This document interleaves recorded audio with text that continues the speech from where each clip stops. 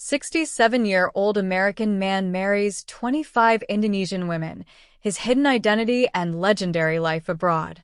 How do you mourn a man who was never truly yours? How do you grieve when you discover the one who raised you was never the man you thought he was? It started with a phone call from Jakarta. "Mr. William has passed. You should come." I almost hung up. My father had died in Ohio 6 years ago. But the woman on the other end said my name. Full name. And then she whispered, "You're not who you think you are." That was the moment my life, my very identity, began to unravel. My name is David Harmon. I was born and raised in Dayton, Ohio, by a quiet, reserved man who worked as an aircraft engineer and a mother who worshipped him like a saint. Dad, William Harmon, was the definition of routine. He made oatmeal every morning, whistled off-key tunes in the garage, and kissed Mom's forehead before bed every night. He passed in 2019. Peaceful. Predictable. No drama. Then, in the summer of 2025, I got that call. A woman named Ayu, with a thick accent and a trembling voice, claimed she was my father's wife. One of 25, to be exact. She said William, or Sir Hamzah, as they knew him, had died in Jakarta 2 days prior from a stroke, and that in the days before his death, he kept repeating my name. "You should come. He has left things for you." I thought it was a scam, a cruel mistake, until she sent a picture. It was him, my father, standing tall under the Indonesian sun, wrapped in a traditional batik shirt, flanked by what looked like wives. Many wives. Younger, beautiful women, smiling like they had no idea he had a whole other life oceans away.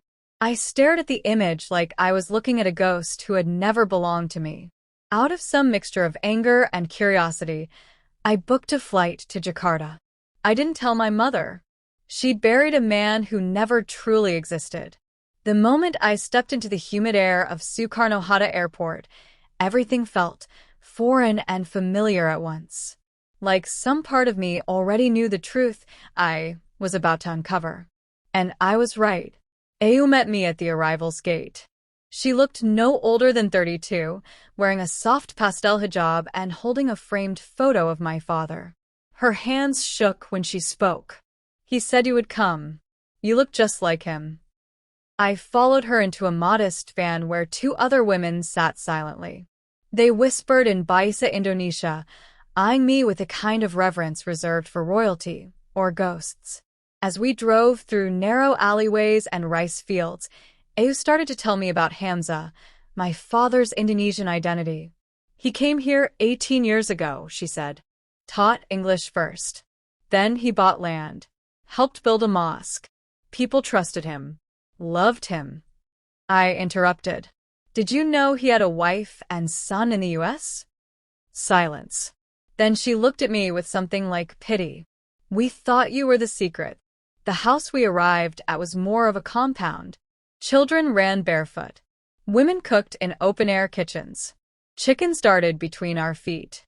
And all around, photos of him. With them. Smiling. Aging. Living. Each of his 25 wives had their own quarters. Most were in their 20s or 30s. Some had children. My siblings. In a carved wooden chest in the main room, Ayu showed me letters, dozens of them, addressed to David Harmon. Some dated back over a decade. "I wrote them but never mailed them," he said in one. "What right do I have?" In another, "They love me for the man I am here. But I wonder if you would still love me for the man I was." I wanted to burn them, but I read every word. Later that night, Ayu brought me a dusty leather journal. "This is the truth," she said. In it, my father had chronicled everything.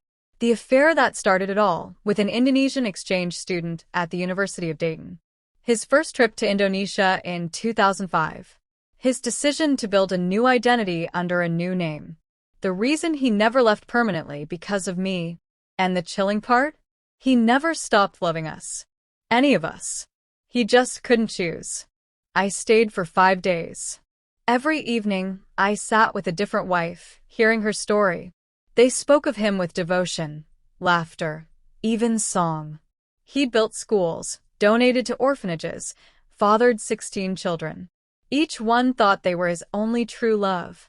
On the final night, I met Leah, the youngest wife, barely 22. She had a daughter, named Emily, my mother's name. She told me my father insisted on it. Even when we fought, he said, there was only one woman who saved me. I carry her in my guilt every day. That night, I called my mom. I didn't tell her everything, just that I was in Jakarta sorting something out. She asked me if I found peace. I choked on the truth.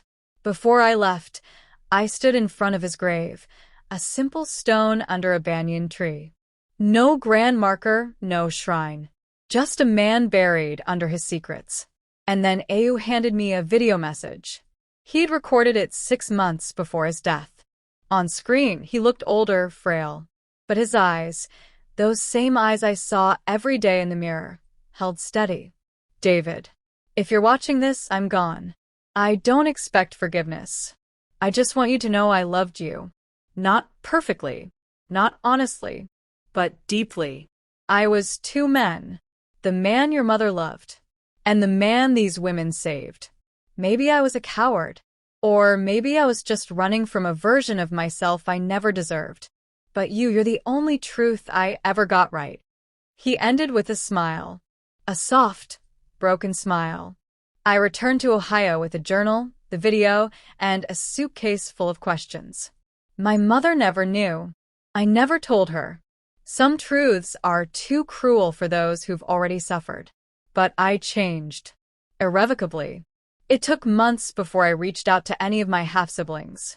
But I did. One by one. Tentatively. Emails, video calls, letters. Slowly building a bridge across oceans, over decades of deception. What do you call a man who loves more people than he ever should have? A liar? A legend? Or just human? I still haven't answered that. But I do know this. He was never just one man. He was many, to many. And we all mourned a different version of him. Sometimes love is messy. Sometimes it's unforgivable. But sometimes, in the wreckage of betrayal, we find unexpected kinship.